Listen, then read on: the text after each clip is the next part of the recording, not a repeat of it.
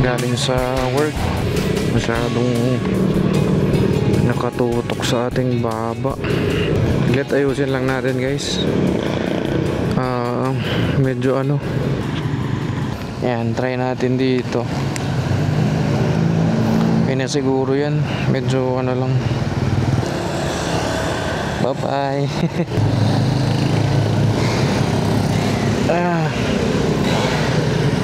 Ayan, okay.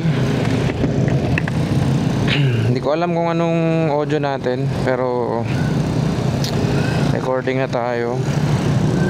Hi guys, welcome to my YouTube channel, and this is Cas and you're watching Cas Moto. Yung pinakaunang video ko sa motor na to, which is yung buying NMAX B3, anong nilabas namin to. So ngayon ay ang pag-uusapan naman natin ngayon sa video na ito is first ride impression. Kasi ako, hindi pa talaga ako nakakapag-drive ng 55cc na NMAX. Nakapag-drive na ako ng Aerox na version 2, pero masasabi ko na mas comfortable itong NMAX version 3 kasi pwede mong iunat yung paa mong ganyan, no? Hindi gaya doon sa Aerox na limitado lang yung galaw ng paa mo. So sana hindi tayo abutan ng guys, ng ulan kasi medyo makulimlim na, baka mabasa tong gamit natin. Sana makarating tayo before umulan. Ayan, medyo mahangin-hangin na rin. Hindi ko alam kung gaano kalinis yung audio, pero sana malinis para karoon tayo ng usable footage at may edit natin to, then ma-upload natin. Ibibigay ko lang yung mga initial thoughts kung ano yung naging pakiramdam ko dito sa motor na to. Unang-una, pinakauna na talagang napansin ko is yung comfort na binibigay nito. Nandun talaga yung, pag sinabing NMAX, nandun talaga yung comfort talaga, ipang long rides. Kaso hindi pa natin pwedeng i-long rides to kasi wala pang ORCR. Magwa 1 week pa lang ito sa Saturday. So yung comfort, pag nakuha natin yung ORCR natin, pwede natin igala to ng malayo para matry talaga natin yung kanyang comfort. Pero nung nilabas kasi namin to sa to guys, Alaminos, mga 50 kilometer din yun. So masasabi ko na rin na isang oras na drive, masabi ko na rin na talagang very comfortable tong NMAX. Kasi yung Aerox na drive ko na rin yun eh. May mga kakilala ako na mayroong Aerox, pero iba yung comfort na binibigay nitong si NMAX na version 3. By the way guys, itong NMAX natin is non-turbo o yung standard version lang. Hindi ito yung mayroong shift YECVT. Ayun din yung kinukonsider ko doon kasi bagong technology yun. Baka magka-aberya nasa probinsya tayo, kailangan pang bumiyahe ng malayo-layo kung sakaling magkaroon ng aberya doon sa kanyang YECVT. So mas pinili ko na lang na itong CVT na lang, standard version, kasi halos same lang din naman ito nung version 2. So marami nang nakakaalam ng mga mekaniko paano i-maintenance, paano yung mga paano siya ayusin mas madali, kasi mas marami namang mga mekaniko dito na mas nakakaalam sa traditional na CVT. Yung kanyang hatak guys, halimbawa dito ito pataas ito, ayan, hindi ako naka-throttle masyado, control lang, pero kayang-kaya niyang umakyat. Kasi dahil siguro sa nasanay ako dun sa 125cc ko lang na motor, which is hindi naman gaano kalakas yun.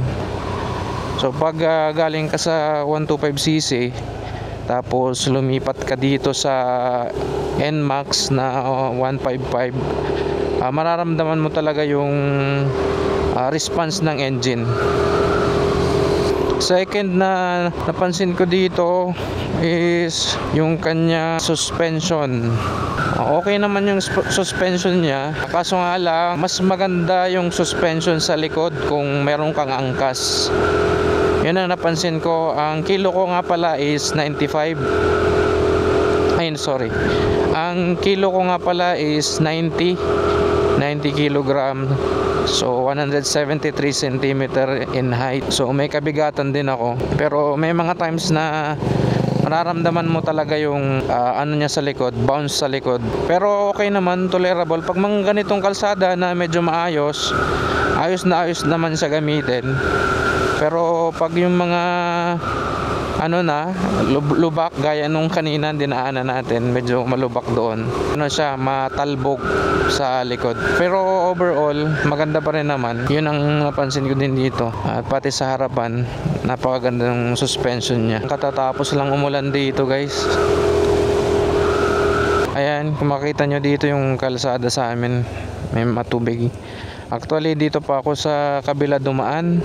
Ibang daanan to, yung main road sa kabila, ano yun, mas sira, mas maputik, mas lubak-lubak yung kalsada. Kaya dito ako dumadaan sa kabila. Medyo mas malayo nga lang ng konti. So yung sinasabi nilang BBA, guys, syempre lumalabas yun dito. May lalabas na BBA pag na-reach mo yung certain amount of RPM, which is 6,000 RPM. The same din dun sa mga Aerox, lumalabas yung BBA. Mararamdaman mo talaga na mayroon siyang mayroon siyang konting push talaga pag na-reach mo yung certain RPM, which is nakakapagbigay ng dagdag boost pag ikaw ay nag-overtake, ganyan. So di ka talaga mabibitin. Ito guys, ayan, bahaan na naman.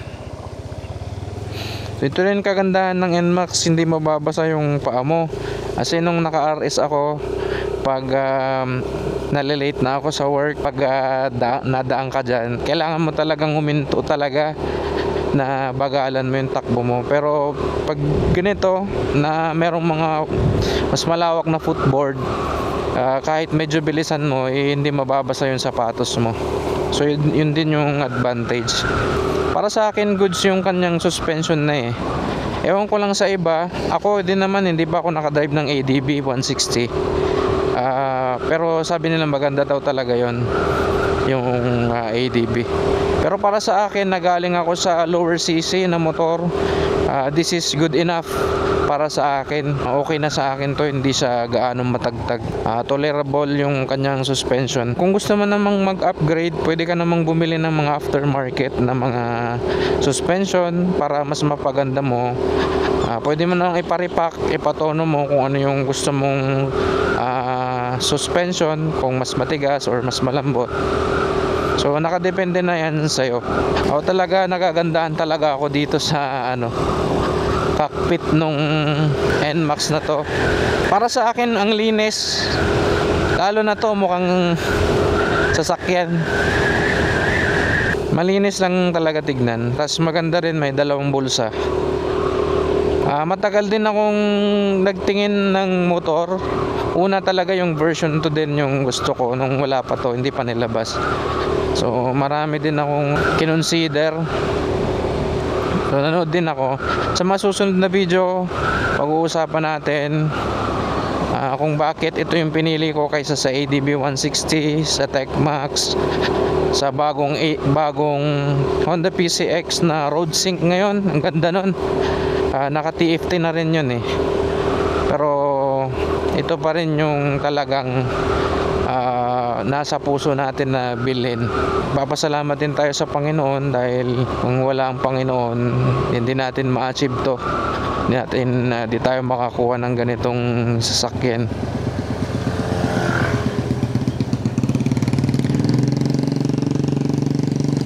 So yan, lubak na naman guys. Basa na naman. Ganito pag tag-ulan, kaya mabilis dumumi tong motor. Dito kasi sa amin is papasok pa 7 kilometer papasok sa barangay namin. Araw-araw na problema ko din yun pag tag-ulan, pag nung sa lumang motor ko dun sa RS natin, yung nababasa yung paa, hindi ka pwedeng magbilis. Tsaka yung ano din, U-box, malaking tulong din yun. Nilagyan ko ng top box yung RS ko para may malagay akong gamit. So pag ito sa NMAX, kahit siguro walang top box na, ang laki na din kasi nung U-box 25 liters. So all goods na yun, nandun yung mga damit, iba't ibang gamit pwede mo nang ilagay dun. So isa din yun sa napakaganda dito sa motor na to. Isa pa pala nagustuhan ko, pangatlo, is yung handling niya. Madali lang siyang iliko, guys. Pwede mo siyang isayaw-sayaw dito sa kalsada Yung sa Aerox naman, hindi gaano. Iba yung feel nun. Iba yung feel ng Aerox naman kaysa dito. Ito, ang gaan lang dalhin, ang gaan iliko, ang gaan imaniobra. Yun nga lang pag galing ka sa maliit na motor tapos lilipat ka sa ganito, medyo malaki, siyempre magkakaroon ka ng adjustment din, pero madali lang. Bali itong motor ko na to is 4 days na sa akin. So nakapag-adjust na rin ako.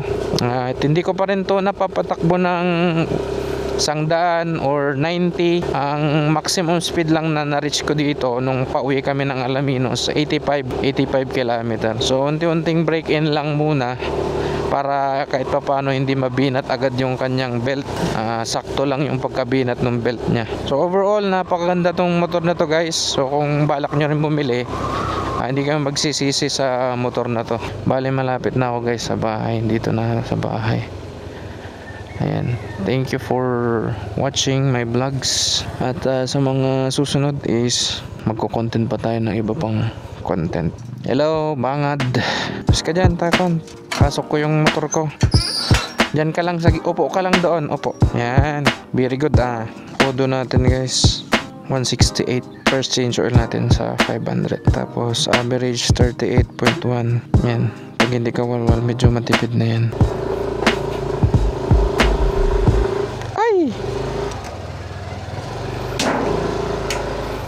Antikan pa.